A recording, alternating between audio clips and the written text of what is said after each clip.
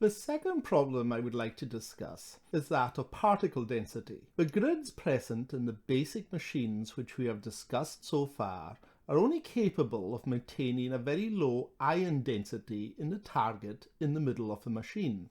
The state-of-the-art ion traps, which are used in specialist scientific equipment, are called Paul and Penning traps, and even these can only maintain an ion density of around 10 to the 17 particles per cubic meter in the center of the machine, and this would only correspond to a power density in a practical fusor of about 30 watts per cubic meter.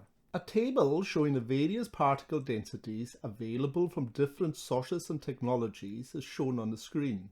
This raises the question of why neutral gas, liquids, or solid targets aren't used instead. One answer to this is that energy is wasted melting, vaporizing, or ionizing the targets. You can work out what these requirements are from the normal thermodynamic relationships. For example, for latent heat of fusion and vaporization, etc.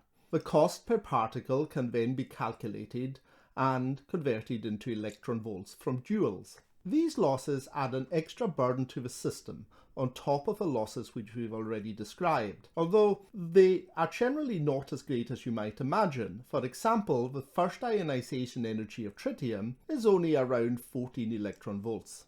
However, even if we achieve good target density, we have another problem, the density of the incoming ions. There are practical limits to this due to the repulsion of the charges as the ions converge into the center.